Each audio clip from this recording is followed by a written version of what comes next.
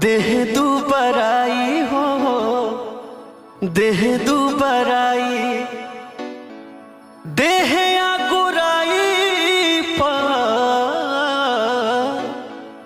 असर परी जाई हो, असर परी जाई।